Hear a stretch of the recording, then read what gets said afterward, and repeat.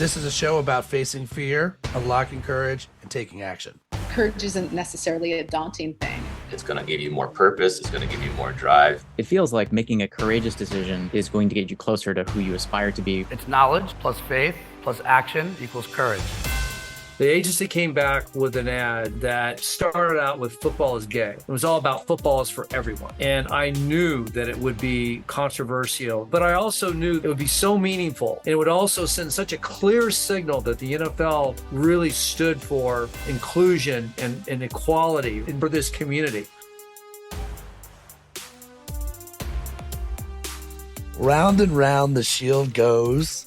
Where it stops, nobody knows. We've seen the shield now in London, in Mexico City, in Germany, and we feel the shield doing work, not just in 70,000 fan-induced arenas, but in the community arena, in the cause arena. And we experience the shield not just on a fall Sunday, but now on a Thursday or on Amazon or in the heavy thick of April. And, you know, with this year-round success, you might as well rebrand the NFL as the National Flourish League. At the center of all the stories being told is my guest today, the Chief Marketing Officer of the NFL, who I had to go to Canada, by the way, to meet and have dinner with, ironically, Tim Ellis. What's up, Tim? Good to see you, man. Hey, nice to see you again. A little warmer weather since Canada. I know. Oh my gosh, was that place beautiful or what? Gorgeous. No, I'd never been there before. It's amazing. Yeah, it was my first time too. Shout out to the guys at the gathering. Tim and I both had a chance to speak up there. And you're sort of trapped in the mountains. It's a nice strategy. You got a good place to be trapped. It is a good strategy. So look, you know, I read the statistic that 50% of America, back here in America, right, lives 50 miles from where they were born. I mean, the apple really doesn't fall far from the tree, but when I look at your career and you put it on timeout and pause and check it out, like you've gone where the job has taken you, like Santa Monica area for Activision, Volkswagen took you to Sweden, I think Northern Virginia as well. And then, you know, you're back here in New York with the NFL. Like, do you think you've just always been up for the adventure? Yeah, and it did. Believe it or not, it actually started before I began my formal marketing career. In my early 20s, I set out to go to school for a short time in Paris. And I had such a great time. And I was so curious about the rest of the world that I decided not to go home. And, and I bought a one-way ticket to Israel, which I knew nothing about, and joined a kibbutz, which again, I knew nothing about. And had an incredible time. And I met a lot of people who, you know, had traveled the world for many years. And so I had decided at that point that I was just going to sort of work my way around the world for the next 5 years. And then I would still be a relatively young man when I got back. And I figured like, hey, this is exactly what I want to do. And that's what I did. So I worked in Norway on an oil rig, and I worked in Japan as an actor and teaching English, and I worked on a cruise ship for a long time. I drove tractors in Israel. I mean, it was a really fascinating period of my life. So I had a lot of international experience and living abroad before I ever started any kind of, you know, sort of formal marketing job. So when I joined Goodby Silverstein and Partners, which at that time they were really in their heyday during the Got Milk days and so forth. I mean, everything they did was just being recognized and celebrated around the world. I decided that I was going to go to Sweden. You mentioned Sweden, right? So I decided I was going to go to Sweden and start up in a firm there as part of an international agency, Lintas, which later actually then got bought by Publicis. And I spent the next 12 years of my career in Sweden.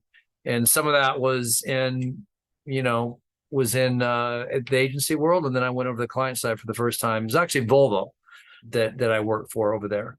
But it was, you talk about courage. It was a big move to go from by far the most, recognized, celebrated, creatively celebrated agency in the world at Goodby, and then decide to leave all that, leave the U.S. and go to Sweden to work for this small agency. But Well, yeah, I think it worked out. Yeah, I mean, I was gonna say, I wish, the amount of times that I've, because I come from agency world, that's my background too, and the amount of times I wish I would have had, and this is not to hate on partners I've had in the past, but like, how much empathy do you have for your agency partners? Because you kind of really know what it's like behind the curtain over there. you do, and you know what it's like in order to sort of motivate them and ensure that like all the internal dynamics over there are in the right place, that that you really truly trust each other and that you're a partner. Because the biggest mistakes that, particularly if you're a former agency person, the biggest mistakes that a lot of clients make is that they're like, okay, well, now I'm in charge, I'm going to tell you what to do, right? I'm going to direct everything here. And I think I always approach my relationships with agencies like, no, we're partners here truly, and my success is your success. And I know the internal dynamics of an agency, and I respect that, and I do my best to try to provide them with as much sort of support and input, which motivates people and ensures that their people want to be in our business, right? Like working for the NFL, and before that working on brands like Call of Duty at Activision, there are a lot of, particularly the younger creative people, they want to work on your account, but you want them to feel like they're going to do their best work of their career with you as their client, and you're going to help them do that, which is going to be mutually beneficial for the partnership. I mean, we're going to talk a lot about your current role today, but before we do that, where'd you grow up? Like, where'd you grow up? Any siblings? Are you close with the fam? I grew up in Northern California, Stockton, California, and which at that time was really a small town, at least by California. It was like about 100,000 people. I had a couple brothers, so very short mom who was a firecracker from Arkansas, who sort of was like, really, really strong. She had three big boys. And I grew up there playing sports. My dad worked as a principal in a school, before that, a teacher. And he was actually a Golden Gloves champion boxer in 3 different states.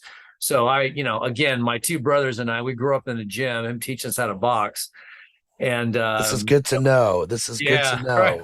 Right.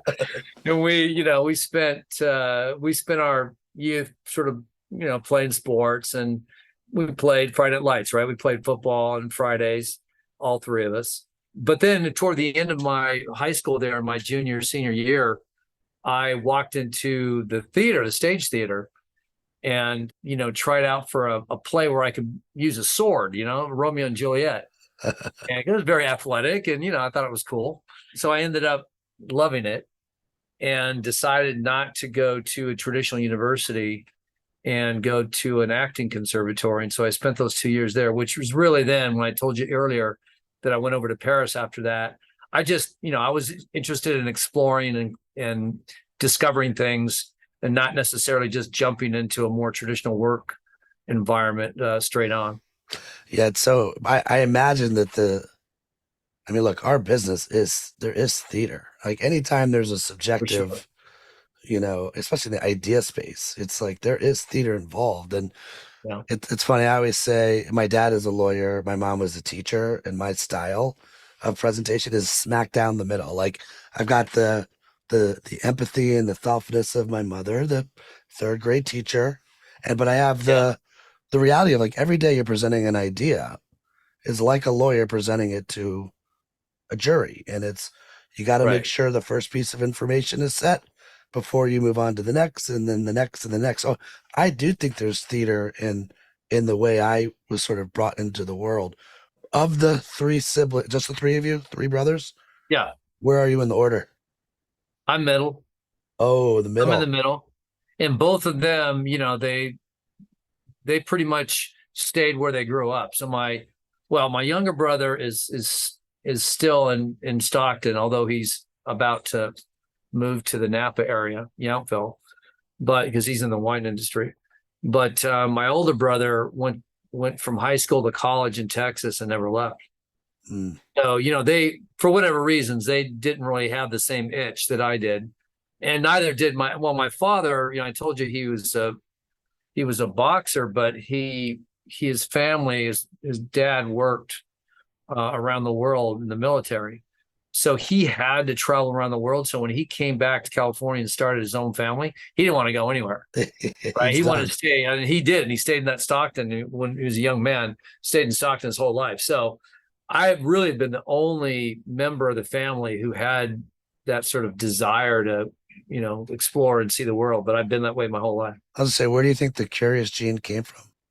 I don't know. Even as a kid, I mean, my poor mom, like even when I was like 10 years old, I figured out how to like get change off their dresser and go put it in the local buses that would take me downtown. And I'm a little tiny kid, I was down there like exploring around, getting a beef jerky and Coke and wandering through the mall just as a child. And I just, I always wanted to just go out and see what was sort of just beyond my own environment. We're gonna need a whole nother hour on free range children, because when I was a kid, like, so we walk I have a 7 and a 10-year-old, and we walk them to school. Like I had to like catch a bus, survive the bus. It's a very different time. All right, look, I know our listeners are probably tuning in because they're like me. They're ravenous NFL fans. They love the NFL. And 5 years ago, you're hired, I believe, directly by the commissioner. I'm very curious if, share what you could share. What was like the interview process like? Who connected you guys? Was it like 12 rounds with the commissioner? And as a boxer, that's not a bad thing. But like, what was it like? Well, I mean, listen, it turned out to be the perfect opportunity for me. And I think in many ways, my background was really suited for what they were looking for. And it didn't take very long at all. They had been looking for a CMO for, I think, over 6 months. And they had talked to many, many candidates. I had no idea they were looking for a CMO. I had recently decided that I'd been at Activision 7 years, and, I love gaming, but I didn't want to spend the rest of my career as a gaming guy. So I began to sort of like just see what was out there. I was actually talking to another potential, brand to work for as a CMO, and they were having, I was a finalist there, and they were having a hard time making a decision. And so I asked the headhunter at the time, well, do you know anything else interesting out there? I said, just maybe this NFL thing. And then when they said that, I'm like, are you kidding me? NFL thing? Like what? Like show me the job description. Because I'm a massive football fan. I grew up loving the game and playing the game. So I looked at that job description. I'm like, I want to beat the guy over the head. I'm like, this is perfect for me. This whole job description reads my whole background and my spirit. So, I said, here, let me just jot down 5 things you should tell the NFL of why they should meet me. And sure enough, I had an interview within a few days. I met on a Zoom. I met, 4 or 5 executives, one of whom was my first boss, and then after that day, they brought me to New York, and I met Roger and a couple of other people, and then they offered me a job shortly after that. Like it was just like all it took is like a few interviews on a Zoom one day, and then the next day I came to New York to meet Roger, and that was it. The universe is like a funny thing when it's like, wait a minute. It was a perfect match. It really was. I think, because I mean, here's the thing. I had a lot of brand experience building, launching and building big brands, understanding, how to nurture and how to build a brand that was appealing to a variety of different segments, right? And then with all the car experience I had, because not only did I work for Volvo internationally for 4 years, I then worked for 3 years for Volkswagen in North America, but I headed up their marketing there. So I had all that, but then I had 7 years of youth marketing at Activision, and a lot of that was, digital marketing and all the things that we had to do to connect the game to gamers outside the game, right? So a lot of work on one-to-one fan engagement, as well, again, as creating big, exciting launches, right? Where we would bring in anywhere from 20 to 25 million gamers within 2 weeks, right? And then the rest of the year, we just spent all of our time engaging those gamers, keeping them from churning, serving up microtransactions and extensions of the game and things like that, of which at that time when I joined, we weren't doing, right? So we almost like doubled our revenue in the time that I was there, simply by really learning how and building the capabilities to, have this year-round gaming experience for all of our biggest games, titles like Call of Duty, Destiny, Guitar Hero, etc. We have a lot of curious listeners, which I think courage and curiosity go hand in hand. And I always say when you're in the interview process, like you're interviewing them as much as they're interviewing you, right? You want to make sure it's a good match. But when it's your dream job and you're flying 3,000 miles and you're going to meet with Commissioner Goodell, do you just feel like, oh, I am interviewing him as well, or I want this job, or what was that like?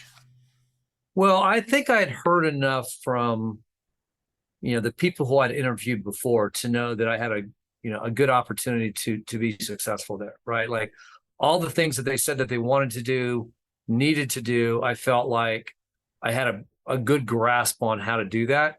And in fact, the sort of the strategy that I laid out during those interviews and to Roger that day is pretty much exactly what we're doing almost 5 years later today. I mean, obviously much more robust fashion, and we broaden things out, and there's new things we brought to the program. But in general, the core strategy and focus of what we needed to do is the same as in those days. I think, you got to be careful, right? Because you're right. Because when I was sitting in Roger's office looking at all the things in his office, which right there, like as a fanboy, I was about to lose my mind.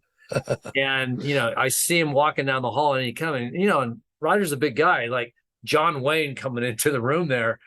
And you do feel a bit starstruck to see somebody like Roger Goodell walk in, because let's face it, he's a celebrity. He's an iconic figure in sports and entertainment. And so you have to be careful. You have to watch yourself that you're not sort of hearing the things that you really want to hear, but you're not really carefully interviewing them as well and listening for things of whether you think you can be successful or not, right? Because one of the things I was concerned about is that I would come into the league and not be able to do the things that I knew that they should do, right? I thought, well, you never know, right? I might get in here, I might be micromanaged, I might be sort of tied to like what they had done in the past, or they might say that they really wanted to do things they hadn't done before, but do they really want to do that? You always have to ask yourself that question when you're talking to a prospective new employer. It reminds me of like a long time ago for a film company. I wrote this line. It was before Steven Spielberg was Steven Spielberg. He was just Steven Spielberg. Yeah. And, as Goodell comes into the office, is there something you can share now that he's not Roger Goodell, but he's your coworker. He's Roger Goodell. Is there something you could share about him that the world really doesn't know about him? Well, here's the thing. Roger is sort of bigger than life. They often put him behind some window sitting with billionaires, owners, and things like that. And so you don't really see the more human, sensitive, complex side of Roger.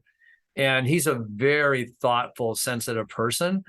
And while, sure, he's a masculine figure in the game of professional football, but he's also a very sensitive, thoughtful person. I think that to me, the questions he asked me, the things that he wanted to know about, gave me more and more sort of that level of sort of certainty that no, he wants what I actually think we should do. Like he wants what I will have to bring here, right? Yeah. He wants a more human approach to the league. He wants to really connect with younger audiences, have a more compassionate approach toward the marketing. And that, I thought that was terrific. And I had no idea that he would be that way. That surprised me, I have to say. You try to be as prepared as you can for conversations like this, right? So, yeah, I try to look back at like what's really changed in the NFL over the last 5 years. And I mean, look, the Super Bowl is now in mid-February. Free agency kicks off in March. The draft is in the thick of late April. I don't have to tell you that the NFL, maybe it felt like a 5 or 6 month season. The NFL is a year round calendar. Like, Yeah. I can't imagine what your marketing plan looks like. Do you actually get a break? Is there an actual slow season for you? Our breaks are maybe a few days here and a week, maybe 1 month and a week, 2 or 3 months later. That's it. I mean, we're busier out of season than we are in season, believe it or not. And I say we, I'm talking about the marketing department, but even a lot of my colleagues here in New York. I mean, clearly Troy Vincent and his group in football operations and some of them, when they're playing throughout the season, that's a different story. But we prepare to such a degree that once the season starts, then we're just in execution mode, right? And so all the off season is you're not only sort of engaging with people on an ongoing basis around their favorite players and their favorite teams, but it's also about all the planning, the strategy, the development of all the assets that you're going to use during the season. And so there's a tremendous amount of work that goes on then. The other thing is too, that we have lots of meetings with our owners, right? Where we're planning and talking about important things and voting on certain issues. And then, I think we've done this quite well in the marketing area. We've created things that are exciting that weren't there before, even a few years ago. Like, for example, the schedule coming out, right? They used to just put the schedule out there. Well, now we've created a big marketing event around the schedule release, which, let's face it, if you're a fan, that's really exciting, like exactly who you're going to play when and so forth. And then working carefully with the clubs to how we get people excited and engaged and then distribute those schedules. That's become a very big marketing moment. And then we create this marketing moment, again, as an example, of when all the teams start to practice for the first time, right, during the summer. Like Back Together Saturday, we call it. Not the most creative name in the world, but it's pretty fun. And we made a fan sort of activation out of it. So now all the players come back. They start on the same day practicing. We bring all the fans in to watch that. We have broadcast that goes to every team to sort of like throughout the day to see as the players come back. And we've made a big, fun marketing moment out of it. And that's, I think, I like to think that we've created a marketing machine here at the NFL. And we just do everything in our power to create more exciting moments, to get fans engaged, to, talk to them, yes. And, and all the media we have available to us, the broad media, but we're also getting pretty good at the one-to-one direct media as well in communication, gathering more data, better data, understanding how, how to meaningfully engage with fans on a one-to-one basis, and then to carry on a conversation with them year round. Now, I think, again, that was one of the things that when I first met Roger and some of the other folks here, like I certainly learned that when I was in the gaming industry. You have to engage with people year round. I think that there is an advantage to the NFL that our season is relatively short. I think by the time we come back in end of August, September, people are just dying to see football. Whereas I think the leagues that have longer seasons, they don't have that benefit of people really like that anticipation and that excitement of coming back the same way. But at the same time, you have a lot of your fans who want that engagement year round. I think we've learned how to do that pretty well. I like this. Do you actually call them marketing moments? Is that what you call them, or is that just okay? And then we do, and we've also mapped out. We've done a lot of like research with some of our partners, and with our fans for a project we call Moments That Matter. And so really like everything from getting ready to sort of watch the games and preparing, whether you're going to play fantasy or just watch your favorite teams and players, or like going to the game, tickets and everything, right? Like parking, you name it. Like we really like try to understand the real total fan journey. And then we've mapped out these, moments that matter. And then we've really sort of shared that across all the different disciplines here at the NFL together with our 32 clubs, which, by the way, I should mention this. I think most people probably don't realize that, those 32 clubs are also a huge part of the marketing for the NFL. Like it's not that they're just out there selling tickets. I mean, we work with them very closely. We have a very tight partnership and relationship to where it's a collaborative partnership, and we really coordinate all of our activities throughout the year. And I think that's one of the things that I've also put a huge emphasis on since I've been here. Some organizations, it's just they're not very fluid. They're behemoths, but it takes like 18 months, 2 years, 5 years for Yeah. decisions to be made. And I'm not sure, I'm hoping I get a real answer on this one. And I mean, you guys are meeting with the owners, is it twice a year, 3 times a year? Several times a year. We have committees that meet throughout the year, and then we'll meet at least 3 times a year as big groups. So as you think about like spreading out the marketing moments to make this a more year round, magic all year round in the NFL, like take for example the draft moving to late April. Is that something that the first moment it's posed after all this data to the owners, it's like, yes, let's go? Or is it something that, all right, we'll implement this 2 years down the line? I guess this is a long-winded way of asking like how fluid and how agile are decisions being made? Listen, they can be made very quickly, right? And I think we have a system of working here with committees and then the larger bodies. And for example, if we need to have a vote before the larger meeting, we can always call a vote, of course, over the phone or on the Zoom. But it's usually much more laid out there in terms of, okay, this is what we want to do this year. This is what we're looking at doing in the next 2 years. We meet with committees who have specific responsibilities. Like I'm together with Peter O'Reilly, I'm the chairman of the fan engagement committee. And so we have a group of owners who are part of that committee. We have agenda items. We talk those things through.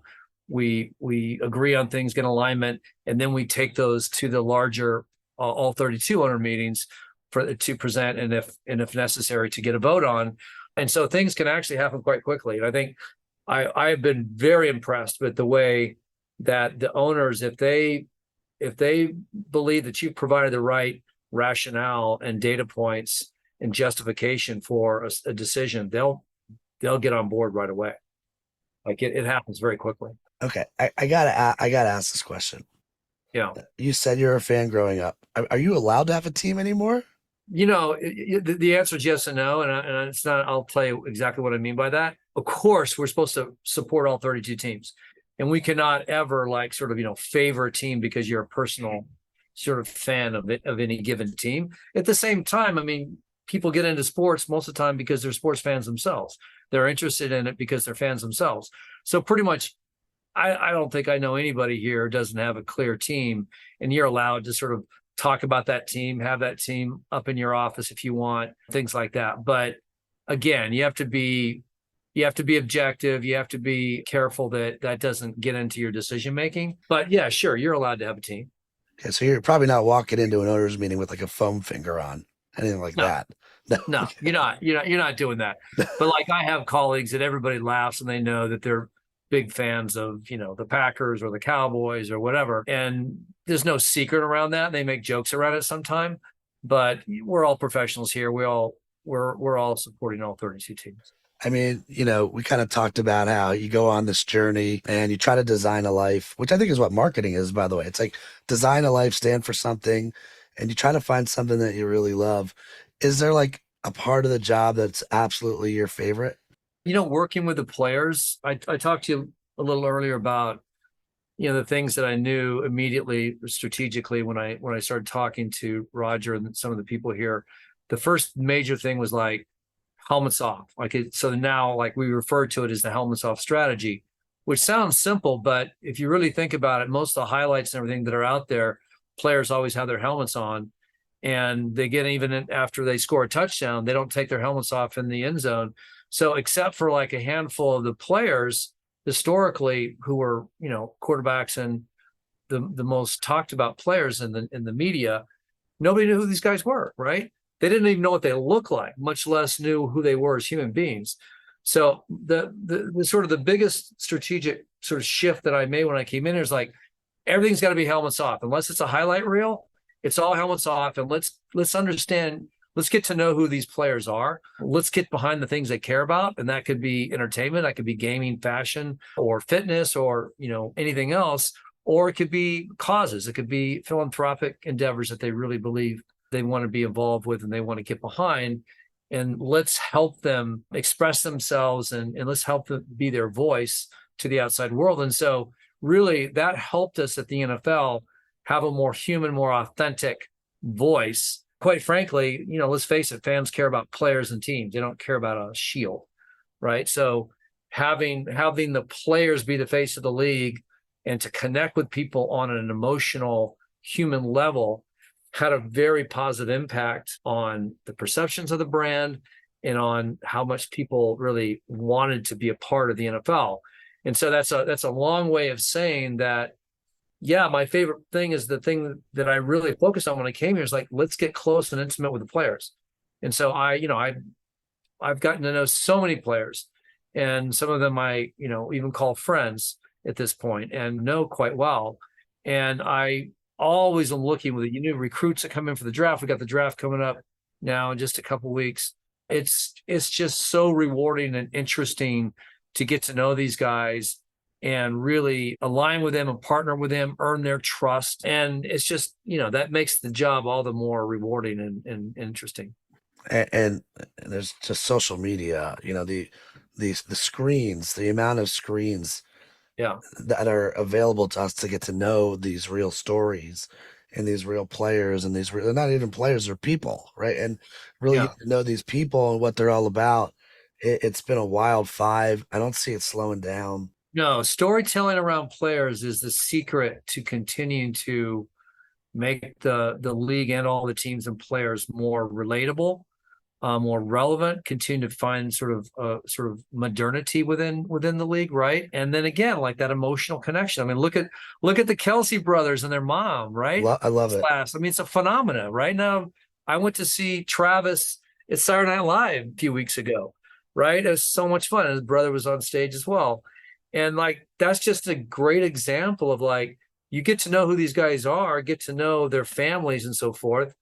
And they're just, it just makes them so much more interesting, so much more talk worthy, and really assets for our league and our sport. Well, you said it out earlier, but I think that just makes them human. It's right. Like we're back to primal. And even when you were discussing Commissioner Goodell or Rogers, I, as an outsider who's never met him, he does seem really thoughtful and really intentional, and not and in all the right ways. I'm not here to be pandering. It's called the Courageous Podcast, but like, you can see his intentionality on the way he goes about how he says what he says. It's been thought out. Again, I try to do some work for this podcast, and I love the NFL, probably like you felt the same way. And there seem to be like 3 growth areas, and you're like, how is it possible to even think that the NFL could grow any bigger? But connecting, we'll call it a better way of connecting. And one, it felt like with youth, the next generation, and they just watch sports differently, right? It's Sports Center was my elevator music. Yeah. It was just always on.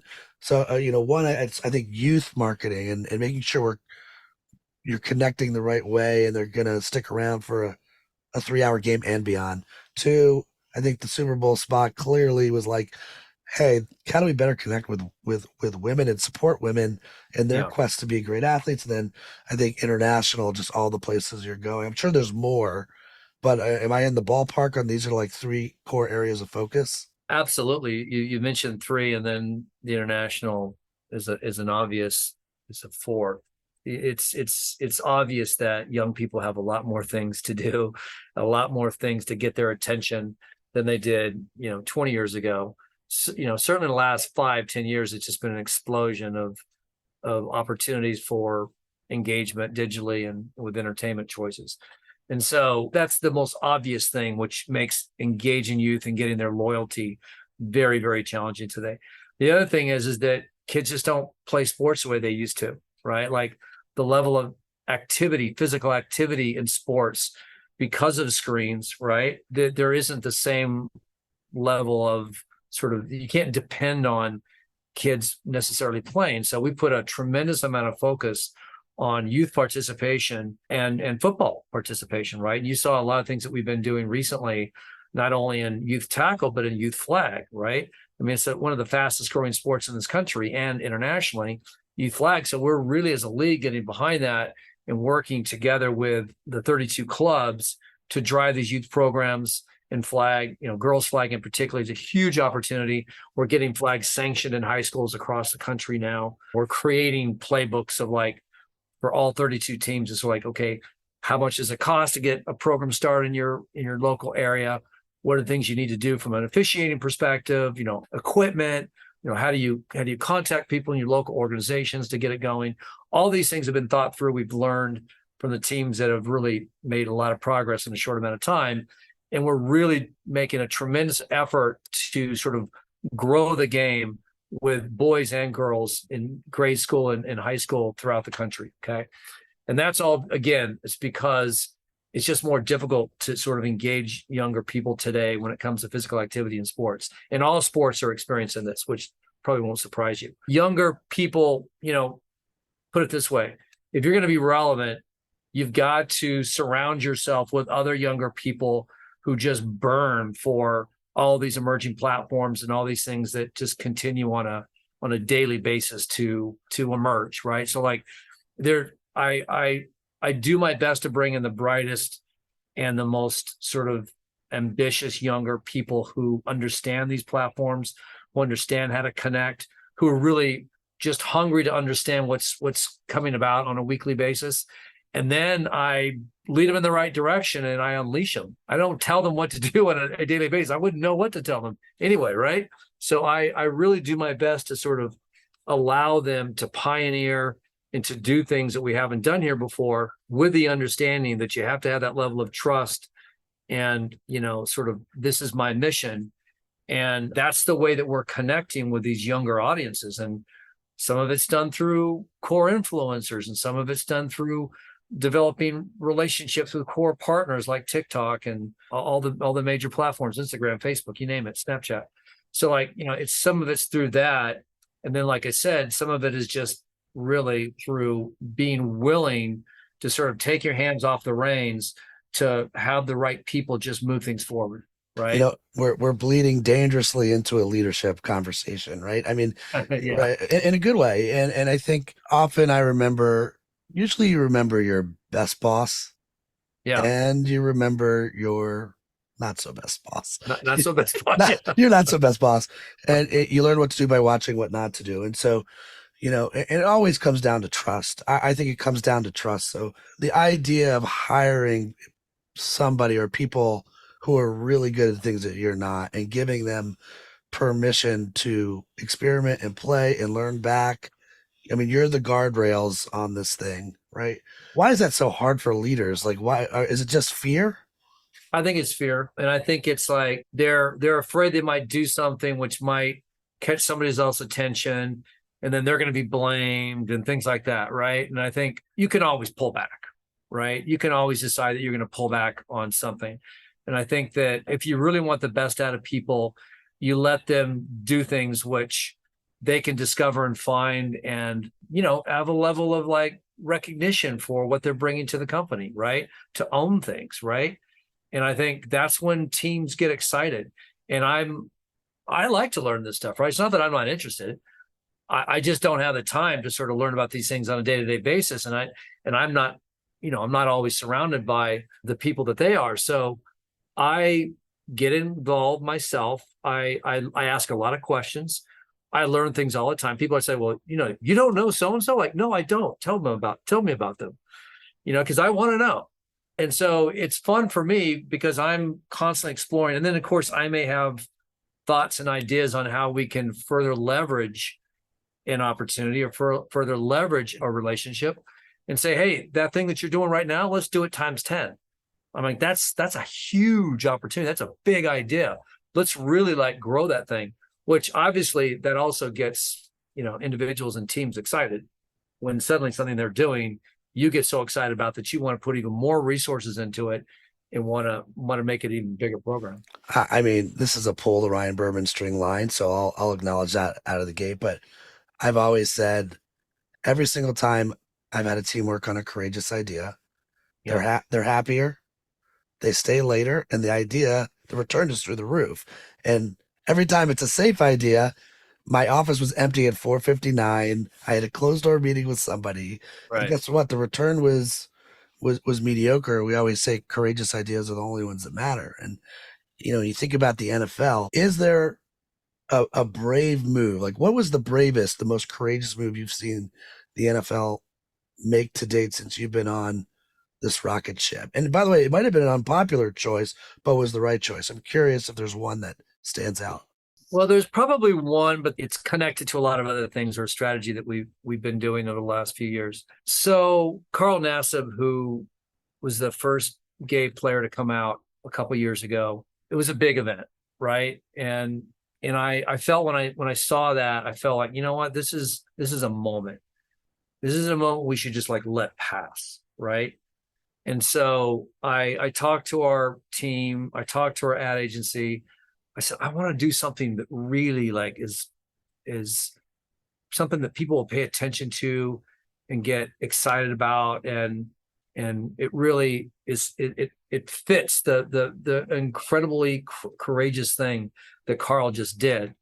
And so we didn't have a lot of time because we wanted to launch it really soon after he came out. And the agency came back with an ad that started out with football is gay. And then it continued on, football is lesbian, football is transsexual. So it had all these things. It was all about inclusion, right? It was all about football is for everyone. And it was very, very powerful. And I knew that it would be controversial to people within, our fan base, people within the league and the clubs and things like that, and even players, right? And I knew that. But I also knew that it would had such a huge impact on those in the LGBTQT plus community. It would be so meaningful. And it would also send such a clear signal that the NFL really stood for inclusion and equality, right? And stood for this community. And I think that by making such a bold statement that it would be crystal clear to people. And there were lots of folks who came to me and said, well, okay, but can't we soften it? Do you have to start with that line, football is gay? Can't you start with football is happy or for everyone or things like that? I'm like, no. Then you kill the entire bold nature and the clear stance that we're taking on this thing. And so I say all that because that was a very, very sort of bold move. And I didn't tell everybody about it. I only told a handful of people who I knew were close and who this would be very meaningful to. And I just ran it. And then, yeah, sure enough, a lot of people absolutely loved it. It was very much talked about. And there are a lot of people who did not like it at all. And they, I heard about it. And people asking, well, what are we going to do? Because there are those who don't like this, they don't buy into it. And I thought about it and I said, well, let's just run it again. Let's just keep running it. Because the more we run it, the more normalized it will become and the more people won't be so shocked about it. And that's at the end of the day, that's what we're trying to do here. It's all about equality and it's all about people feeling comfortable and feeling accepted. And the more that we talk about these things, the better we're all going to be off. So that's exactly what we did. We ran it during kickoff. We ran it during the season. We ran it in big moments and so forth. And I think, so I say all that because, listen, particularly after the pandemic hit, during those early months of the pandemic, there was a string of senseless murders, right, around George Floyd and Ahmaud Arbery and several others that we just realized, hey, we gotta do more, right? We can do more. We have to do more. We have to be clear.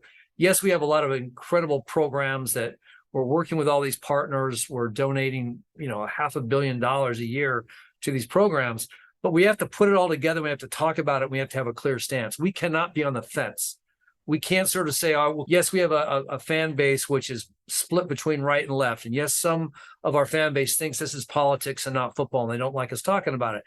But we have to be clear on what we stand for, that is accordance to our values, and we cannot try to please everybody.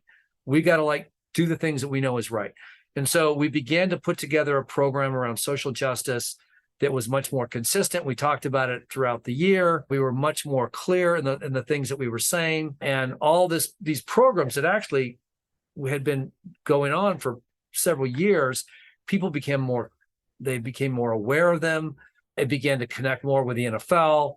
And sure enough, I think we've had, pretty significant impact in this space. And to this day, we're still talking about it. And we've also decided, for the first time, we decided to talk about mental health and have players talk about their own struggles and coaches talk about their own struggles.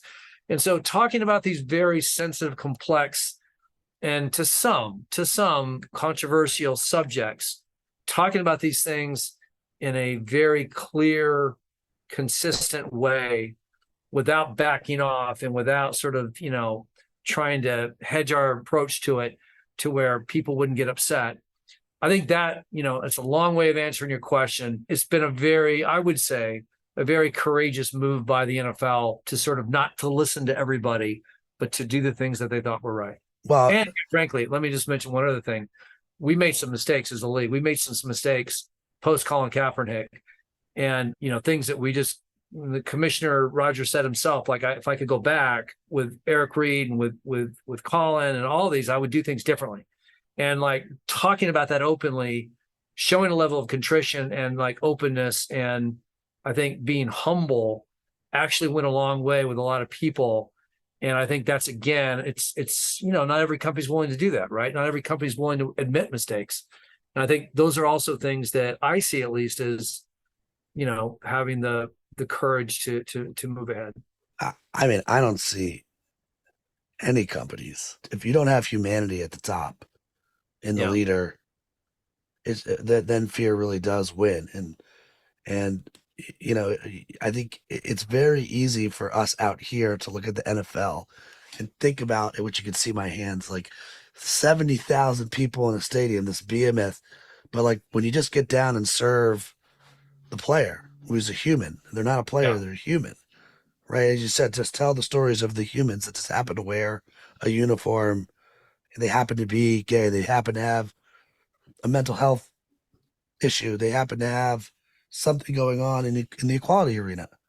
Yeah. And if you serve the player, it's probably there's enough players now that it's a pretty good melting pot of what's going out there in society. And if we've learned anything, and to your point, this isn't about politics, but it is about getting things done. And the NFL is its own nation. There are citizens, there's a flag, and I'm glad you're taking a stand. And I agree with you that, better to have a point of view than no point of view. That's right. Take us home, man. I know I've taken up a lot of your time. I appreciate you giving me 45 minutes of your time. Like for anyone who's listening, you can wrap this up any way you want, but like 2 or 3 pieces of advice for someone that might be, maybe they're stuck or they're scared or, they're spinning in their job. What advice would you give them? I've always trusted my gut on things. You have instincts. And you say, like, if you're in a job which is not going the direction that you want it to, I think that it's probably time to sort of do something different or move on. And then, sure, that can be scary. But wow, making that decision to sort of go do something different and create something different, meet new people, have opportunities to sort of do things you haven't done before, man, it just gets you so energetic and excited, and all these sort of creative juices and thoughts come into you that you haven't sort of maybe had before for a long time. And I think being willing, like when I decided to leave, which it was a great place to work, by the way, I loved working for Goodby Silverstein and Partners. They were an amazing agency, but deciding to move off and then go to this sort of foreign country and go to some agency where I didn't know anybody, or leave the gaming world after 7 years and then go work in sports where, I didn't know. I had no idea exactly what was going to happen when I got over here. Those are like hard decisions to make. But on the other hand, man, if you really sort of trust yourself, trust your instincts and go for it, the chances of you being successful are so much higher. And I the other thing I would say is, like, so many of the people who work in this industry are always trying not to get fired. Right? They're always trying. The average tenure of a CMO, for example, is like 18 months or 2 years. It's ridiculous, right? I think one of the reasons for that is that you're always working to sort of cover your ass and like make sure that you somehow prove that what you did, wasn't a mistake or things like that, rather than doing what you think is really right and going out there and trying to like break new ground and do things that haven't been done before, right? Or like do the things you were paid to do, which is to move the brand forward and move the business forward. And I think, I have put a tremendous amount of effort into building great teams and building relationships. So some of these teams work for me, like meaning like on the marketing team, and then in groups which they don't report into me, but I have a very strong sort of partnership with these teams. And that could be, if here I work today, that could be here at the NFL, that could be the 32 teams, or it could be a partnership that I form with an influencer or a media platform or whatever. But I think I'm pretty damn good at building strong teams and getting that level of trust and partnership and a common vision, right? A vision to do great things, a vision of like things that haven't been done before, and then giving credit to all those people who have done these things, right? And I think that this is what happens when you build a strong team like that across organizations. Then you build trust, and anytime things maybe aren't going exactly the right way, or whether there's a question, whether there's a mistake made or whatever, people aren't looking to kill you. They're looking to help you. They're looking to sort of support you because they trust you and they value you. So I think, building those strong partnerships and coalitions, and at the same time, not worried about making mistakes, but thinking more about doing the right things and doing the things that you were paid to do. At the end of the day, that's why I've had very long tenures everywhere I've worked. I've anywhere from 3 to 7 years everywhere I've worked. Also, I think why I've had a level of success in my career. Well, really appreciate you taking the time to come on the show. Hopefully you get like a day and a half break before the draft, and stay courageous out there, man. Great to see you. Yeah, I appreciate it. Thank you so much. Thanks for tuning in to this episode of the Courageous Podcast. If you enjoy the show, don't forget to rate and review us on Apple Podcasts so more people can find us. See you again next week.